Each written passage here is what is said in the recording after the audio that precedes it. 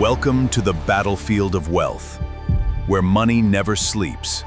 This is Greedonomics.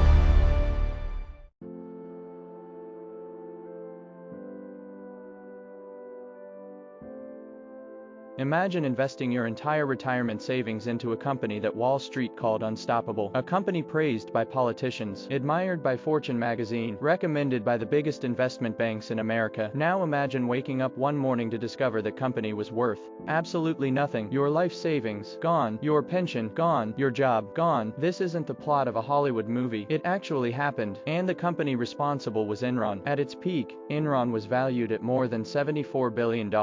It was considered the future of American business, an innovative energy giant that promised to revolutionize how electricity and natural gas were bought and sold. But behind the glossy annual reports, billion-dollar profits, and celebrity CEOs was one of the biggest financial lies in history. This is the story of how greed, deception, and corporate arrogance brought down one of America's largest companies and changed Wall Street forever. Welcome to Greedonomics.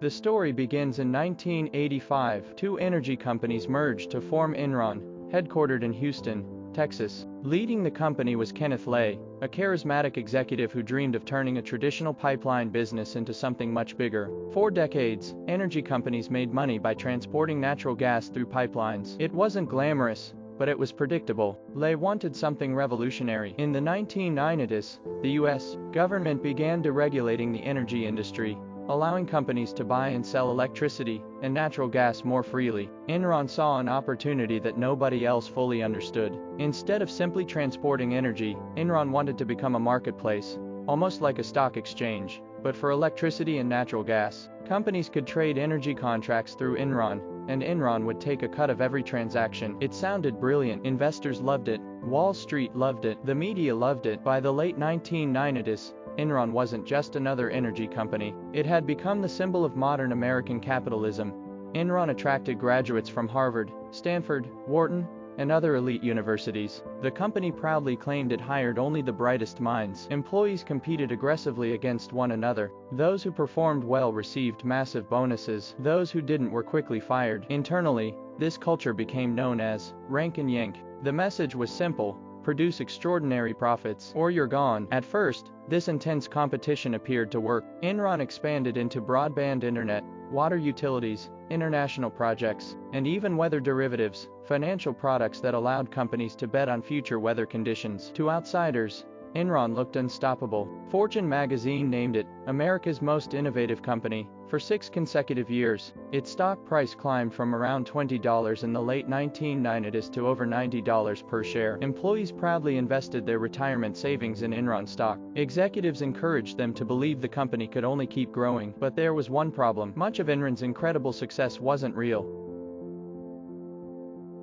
Every public company has one responsibility: tell investors the truth. If profits increase, report them. If losses occur, report them honestly. Enron chose a different path. Instead of reporting actual profits, the company began using an accounting method called mark-to-market accounting. Here's a simple example. Imagine you sign a 20-year contract today that might earn you $100 million over the next 2 decades. Most businesses would recognize that income gradually, as the money actually comes in. Enron did something radically different. The company estimated how much profit it expected to make over the life of the contract, then recorded almost all of those future profits immediately, even if the cash had never been received, even if the project later failed, even if those profits never existed. On paper, Enron looked incredibly profitable. In reality, many of those profits were nothing more than optimistic guesses. Investors had no idea.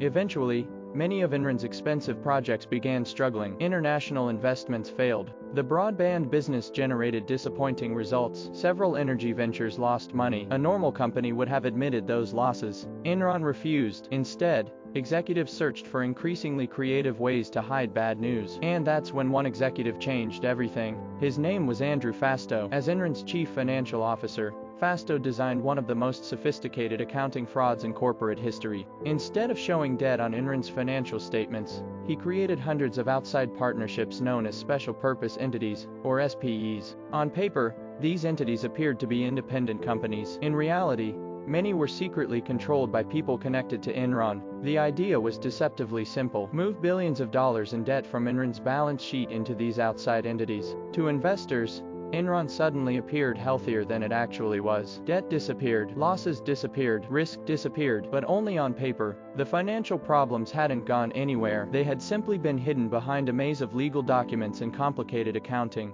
And almost nobody questioned it. Not investors, not analysts, not the media, not even Enron's own auditor. As long as the stock price kept rising, everyone wanted to believe the story. Because when billions of dollars are being made, very few people want to ask difficult questions. But eventually, reality always catches up. By the year 2000, Enron looked stronger than ever. Its stock price had crossed $90 per share. Wall Street analysts called it a must-own stock. Executives were making millions through bonuses and stock options. But behind closed doors, the cracks were getting impossible to hide. Many of Enron's businesses weren't generating the profits the company had promised. The hidden debt kept growing, and those complicated partnerships Andrew Fastow created could only disguise the truth for so long. Then came another controversy. During California's energy crisis in 2000 and 2001, electricity prices skyrocketed. Millions of residents experienced rolling blackouts while businesses struggled to stay open. Internal recordings later revealed Enron traders joking about manipulating the market. They discussed strategies to create artificial shortages that pushed electricity prices even higher. While ordinary families were paying record-high utility bills, Enron traders celebrated the profits. For them, it wasn't a crisis, it was an opportunity. Inside Enron, one executive began noticing that something was terribly wrong. Her name was Sharon Watkins. She warned CEO Kenneth Lay that the company's accounting practices could destroy Enron if the truth ever became public. Her concerns weren't dramatic, they were factual. The company was hiding debt, the financial statements were misleading investors, and if regulators investigated, the consequences would be catastrophic. But instead of taking decisive action, Enron's leadership largely ignored the warning. The machine kept running, and the lies kept growing. In August 2001, CEO Jeffrey Skilling suddenly resigned after only a few months in the role. Officially, he cited personal reasons. The announcement shocked investors. Soon after, journalists and financial analysts began asking difficult questions about Enron's finances. Those questions became impossible to ignore. In October 2001, Enron admitted it had overstated profits and concealed billions of dollars in debt. Investor confidence disappeared almost overnight. The stock that had once traded above $90 crashed below $1 in just weeks. Employees watched their retirement accounts disappear because many of them had invested heavily in Enron stock, while executives had quietly sold millions of dollars worth of their own shares before the collapse. Thousands of employees were left with almost nothing. Years of savings vanished. Careers ended overnight. Families lost their financial security. On December 2, 2001, Enron filed for bankruptcy. At the time, it was the largest corporate bankruptcy in U.S. history. More than 20,000 employees lost their jobs. Investors lost tens of billions of dollars. Retirees saw their pension savings wiped out. One of America's most admired companies had collapsed in less than a year. But Enron wasn't the only casualty. Its accounting firm, Arthur Andersen, one of the world's largest and most respected auditing firms, was found to have destroyed important documents related to the Enron investigation. The firm's reputation was destroyed. Thousands of Andersen employees who had nothing to do with the fraud also lost their jobs. A company with nearly a century of history disappeared because it failed to uphold the one responsibility an auditor has: tell the truth. Federal investigators launched one of the largest corporate fraud investigations in American history. Andrew Fastow pleaded guilty to fraud and cooperated with prosecutors. He served prison time for his role in the scheme. Jeffrey Skilling was convicted on multiple counts of fraud, conspiracy, and insider trading. He was sentenced to a lengthy prison term, although his sentence was later reduced. Kenneth Lay was also convicted, but before he could be sentenced, he died of a heart attack in 2006. For many victims, the convictions offered some accountability, but they couldn't restore lost retirement savings, they couldn't bring back lost jobs, and they couldn't undo the damage caused by years of deception. In history, 38 counts of fraud and conspiracy. Lawyers for Jeffrey Skilling and Kenneth Lay threw around complicated notions about margin calls and short selling. We fought the good fight, and Enron tapes. Enron workers were heard manipulating the California energy shortage a few years back and gloating over it. Federal energy regulators now say Enron made more than $1.5 billion off that shortage. And today, more audio and documents surfaced. the first to indicate the scamming and scheming started years earlier than we previously knew. CBS's Vince Gonzalez gives you the inside story. During the West Coast power crisis, homes went dark and streetlights were out in California, causing injuries and accidents. But the danger didn't stop Enron's energy traders from having a good laugh. They had to do a rolling blackout through the town, and there was a red light there, he didn't see. That's beautiful. I'm like, this is causing animosity throughout the state now. Cars are blowing up. Newly released evidence shows, years before the crisis, Enron schemed to manipulate markets.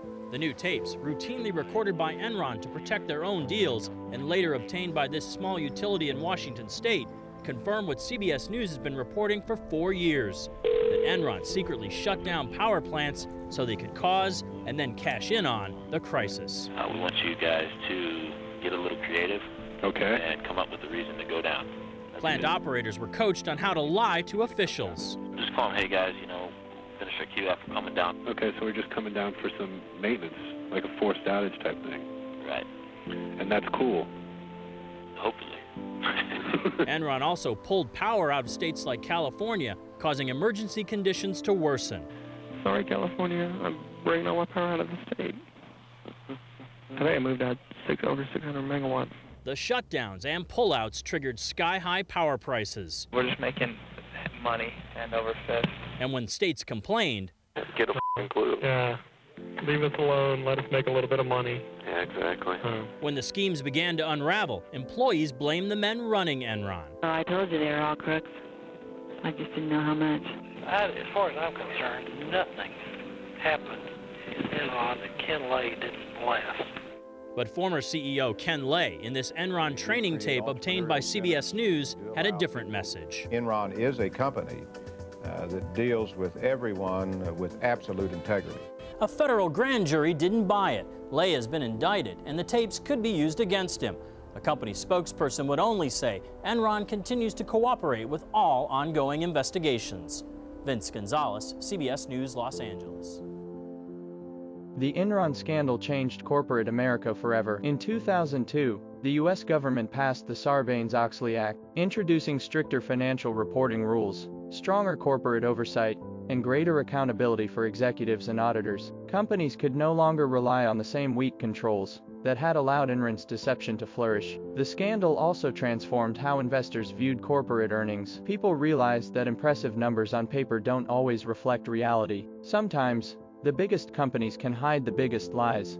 Enron didn't collapse because of one bad business decision. It collapsed because its leaders believed they were smarter than everyone else. They believed complexity could hide dishonesty. They believed rising stock prices would silence every question. And for a while, they were right. Wall Street applauded them. The media celebrated them. Investors trusted them. But the truth has one characteristic that no amount of money can change. It eventually comes to light. The Enron scandal wasn't just about accounting fraud. It was about what happens when ambition loses its moral compass, when success becomes more important than integrity, when greed becomes the business model. Today, Enron is taught in business schools around the world, not as an example of innovation, but as a warning, a reminder that no company is too big to fail, no executive is above accountability, and no financial empire built on deception can stand forever. Because in the end, markets can be manipulated, balance sheets can be fabricated, public opinion can be influenced, but reality always collects its debt, and when it does, the price is almost always higher than anyone imagined. Thank you for watching Greedonomics. If you enjoyed this documentary and want more deep dives into the biggest corporate scandals, financial frauds, and the dark side of capitalism, make sure to subscribe, leave a like, and share this video. Until next time, remember, greed can build empires, but it also has the power to destroy them.